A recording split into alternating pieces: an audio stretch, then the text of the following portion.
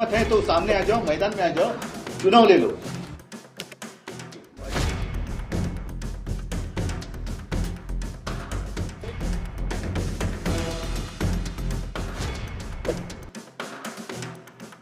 कल हिंदूवादी कही जाने वाली एक बहुत मुख्य पार्टी शिवसेना, जिसको के शायद अगर हिंदू पार्टी के तौर पर देखा जाता है तो पहले भारतीय जनता पार्टी का नाम आता है, लेकिन अगर उससे भी ज्यादा कट्टरवाद अगर कोई पार्टी होती थी तो वो शिवसेना होती थी। और कल उसके लिए ऐतिहासिक दिन रहा है। कुछ लोगों के लिए वह सबसे अच्छा दिन रहा है तो कुछ लोगों के लिए सबसे बुरा दिन भी रहा है। कारण इसका यह है क्योंकि कल जिस तरह निर्वाचन आयोग ने सुप्रीम कोर्ट का फैसला आने से पहले ही घोषणा कर दी कि जो शिवसेना का निशान और नाम है वो दोनों उद्धव गुट से छीनकर शिंदे गुट की तरफ चले जाएंगे।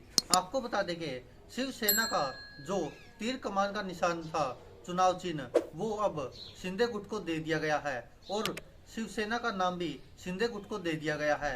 यह निर्वाचन आयोग की बड़ी कार्रवाई है। आपको बता दें कि जहां बाला साहेब ठाकरे द्वारा यह पार्टी शुरू की गई थी, शुरुआत में निर्वाचन आयोग इसको राजनीतिक पार्टी मानता ही नहीं था, क्योंकि उससे पहले जब भी चुनाव होते थे तो निर्वाचन आयोग जो भी शिवसेना के कार्यकर्ता चुनाव लड़ते थे उनको निर्दलीय के रूप में देखता था।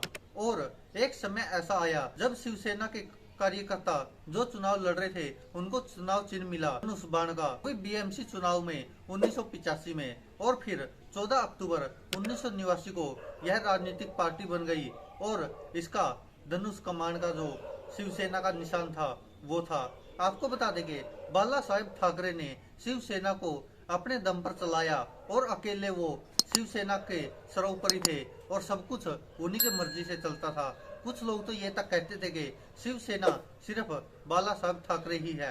आपको बता दें कि जो भी वहाँ पर फैसले होते थे शिवसेना में पहले, वो सिर्फ बाला साहब ठाकरे जो फैसला लेता था वही शिवसेना का फैसला था। और इसको निर्वाचन आयोग तो शुरू से ही एक राजनीतिक पार्टी मानने से इनकार करता रहा है और कहा कि ये ना ही यह लोकतंत्र के अनुसार है और ना ही इसमें कोई लोकतंत्र है और लोकतांत्रिक पार्टी नहीं है।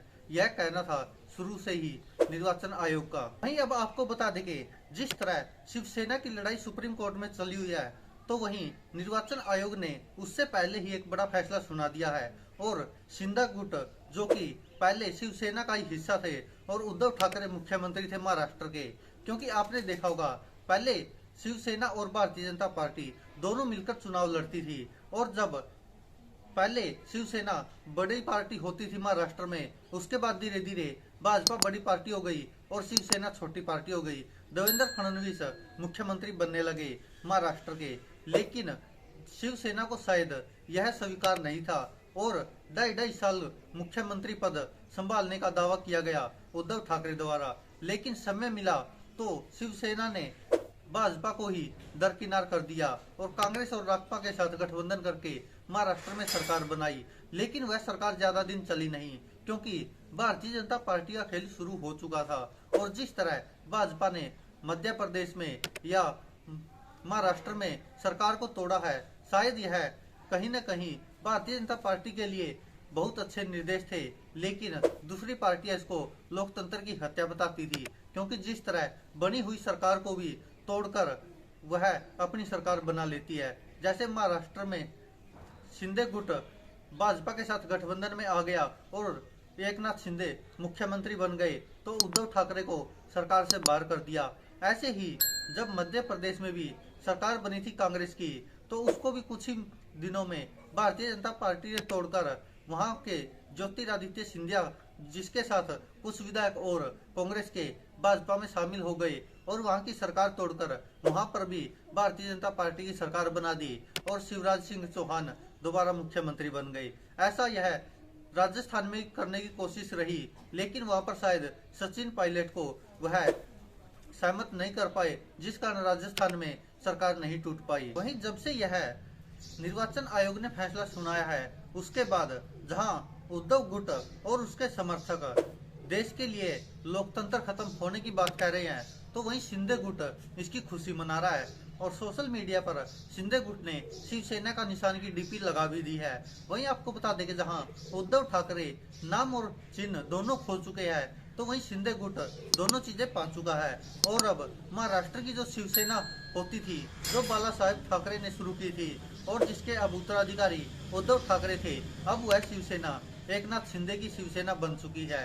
और जो अभी भारतीय जनता पार्टी के समर्थन से महाराष्ट्र में गठबंधन की सरकार चला रहे हैं। आपको बता दें कि जहां एकनाथ शिंदे कह रहे हैं कि यह लोकतंत्र की जीत है और जो हुआ है वो सही हुआ है, क्योंकि एकनाथ शिंदे का मानना है कि शिवसेना किसी की जागीर नहीं है। और उन्होंने साथ में ये भी कहा है कि जो इतने विधायक है या 13 सांसद है और साथ में लाखों कार्यकर्ता है जो शिव सैनिक है, उनकी जीत है। तो वहीं उद्धव ठाकरे इसके विपरीत प्रधानमंत्री नरेंद्र मोदी और मोदी सरकार पर आरोप लगा रहे हैं। और वो तो निर्वाचन आयोग को ही कह रहे हैं कि यह सरकार की कठपुतली बन गया है और उनकी गुलामी कर रहा है। यह आरोप लगाए हैं पूर्व मुख्यमंत्री उद्धव ठाकरे ने। साथ ही उद्धव ठाकरे ने तो ये तक कह दिया कि प्रधानमंत्री नरेंद्र मोदी को अब लाल किले से यह भाषण दे देना चाहिए और ऐलान कर देना चाहिए कि अब भारत में से लोकतंत्र खत्म हो गया है। और उन्होंने कहा कि यह लोकतंत्र पर घातक हमला हुआ है। आइए आपको भी पूरा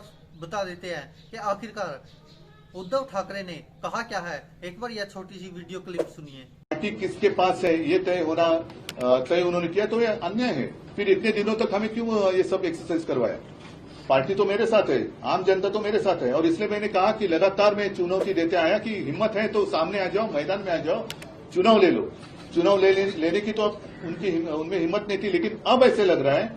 हालांकि आज अपने महाराष्ट्र में 2 उपचुनाव चल रहे हैं। म्हणजे साधारणतः आपण असं मानतो की आचारसंहिता असताना तिकडे कोणी काय करू नये। अगर वो कानून खुद निवडणूक आयोग ही तोड़ रहा है, जिस राज्य में आचार संहिता जारी है, उसी वक्त उन्होंने फैसला दिया है।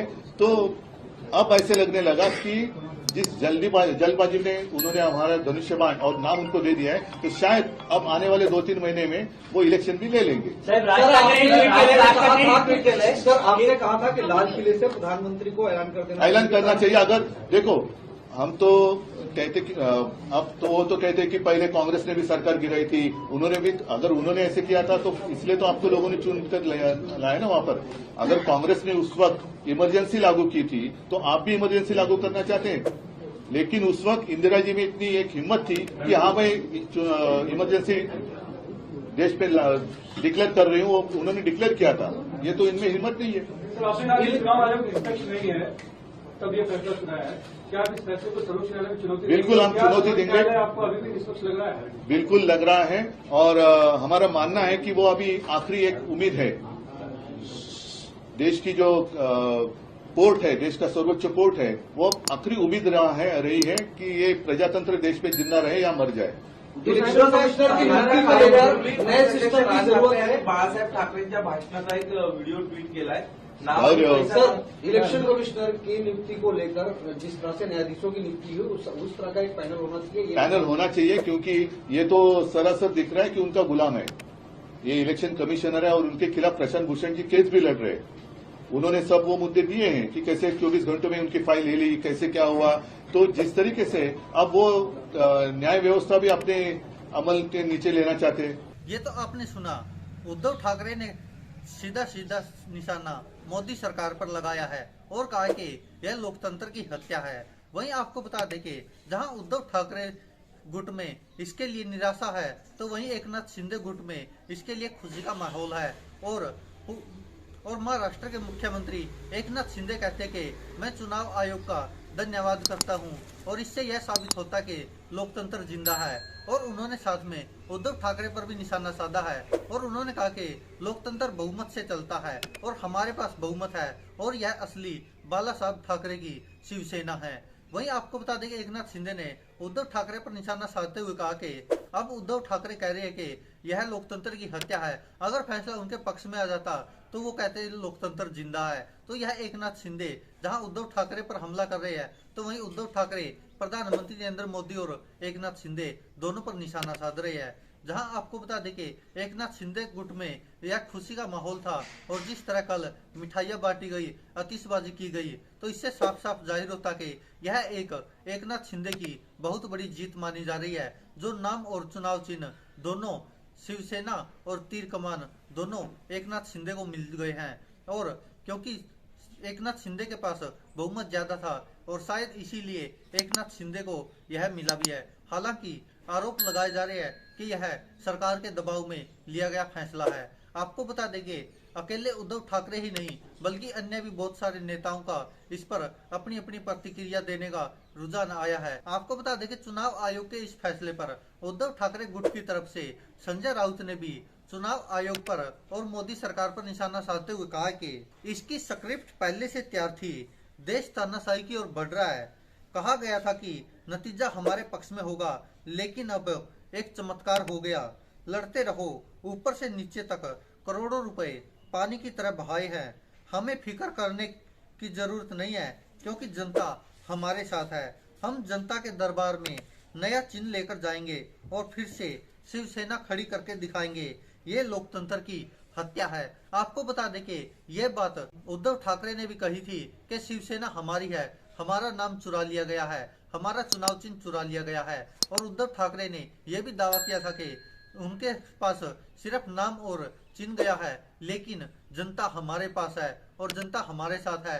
दम है तो चुनाव करके दिखाओ, पता चल जाएगा। साथ ही उद्धव ठाकरे ने यह भी कहा कि चुनाव आयोग को थोड़ा और इंतजार करना था क्योंकि अभी कुछ दिनों में ही सुप्रीम कोर्ट का फैसला भी आना है। लेकिन चुनाव आयोग ने इतना भी इंतजार नहीं किया और चुनाव आयोग ने जो जो कागज मांगे हमने सब कुछ मुहैया कराया, लेकिन उसके बावजूद भी फैसला बिल्कुल आश्चर्यचकित करने वाला था। वहीं आपको बता देंगे जहां इस पर उद्धव ठाकरे और एकनाथ शिंदे एक दूसरे पर हमलावर है, तो वहीं उप मुख्यमंत्री देवेंद्र फडणवीस भाजपा नेता ने भी एकनाथ शिंदे की जीत बताया है और उन्होंने कहा कि हम तो पहले से ही आश्वस्त थे इस फैसले के लिए, क्योंकि पहले भी पार्टियों में ऐसे ऐसे फैसले पक्ष में ही आए हैं और यह असली शिवसेना बन गई है। एकनाथ शिंदे को चुनाव चिन्ह मिलना और नाम मिलना दोनों जीत है लोकतंत्र की।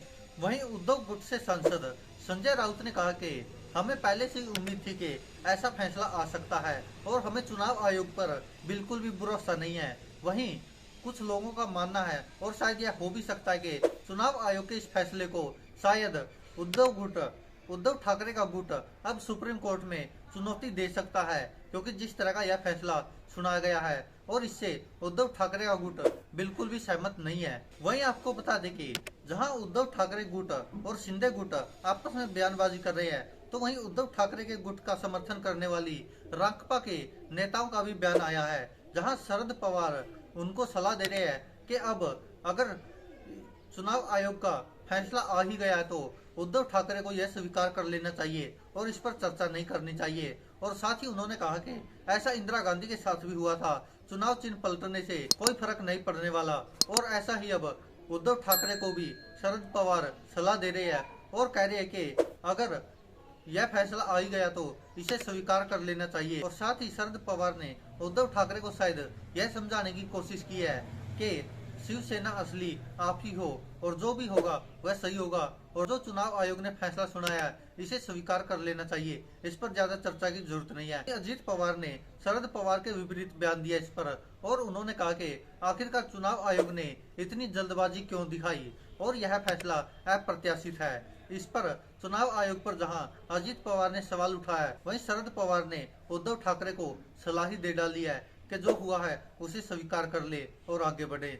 वहीं आपको बता देंगे जहां उद्धव ठाकरे को इतना बड़ा झटका लगा है, तो उनके चचेरे भाई और मनसे प्रमुख राज ठाकरे ने एक बाला साहब ठाकरे की ऑडियो शेयर करते हुए उद्धव ठाकरे पर निशाना साधा है, जिसमें बाला साहब ठाकरे कह रहे हैं कि पैसा तो अगर चला जाएगा तो वापस कमा लिया जाएगा, लेकिन नाम कभी वापस नहीं आता। अगर नाम चला गया हमेशा नाम को बड़ा करके रखो। और ऐसी ऑडियो ट्वीट करके अब जहां राज ठाकरे ने उद्धव ठाकरे को निशाने पर लिया है, तो वहीं लोगों की कुछ सहानुभूति उद्धव ठाकरे के साथ है, लेकिन वो तो आने वाले समय में पता चलेगा जब महाराष्ट्र में विधानसभा चुनाव होंगे या लोकसभा चुनाव होंगे कि आखिरकार जो असली शिवसेना है वो कौन है। अगर उद्धव ठाकरे गुट के ज्यादा विधायक जीते हैं तो समझ में आ सकता है कि वास्तव में उद्धव ठाकरे ही शिवसेना है। अगर एकनाथ शिंदे जिस तरह चुनाव आयोग ने फैसला सुनाया है बहुमत के तौर पर, वरना फिर एकनाथ शिंदे को तो यह फैसला मंजूर है ही और साथ में उनको तीर कमान का निशान भी मिल गया और शिवसेना का नाम भी मिल गया है। आप दोस्तों क्या सोचते इस पर अपनी राय कमेंट बॉक्स में जरूर दीजिएगा।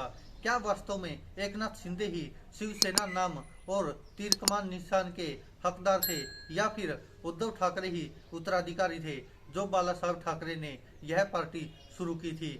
दोस्तों इस पर आप क्या कहते हैं, अपनी राय कमेंट बॉक्स में जरूर दीजिएगा। धन्यवाद दोस्तों, देखते रहिए सच की आवाज। दोस्तों अगर आप ये वीडियो हमारे फेसबुक पेज पर देख रहे हैं तो यहाँ क्लिक करके फॉलो करें और साथ में इस बेल आइकन पर भी क्लिक करें। अगर दोस्तों आप ये हमारी वीडियो यूट्यूब चैनल पर देख रहे हैं तो कृपया करके इस लाल बटन पर क्लिक करके सब्सक्राइब करें और साथ में इस बेल आइकन पर भी क्लिक करें।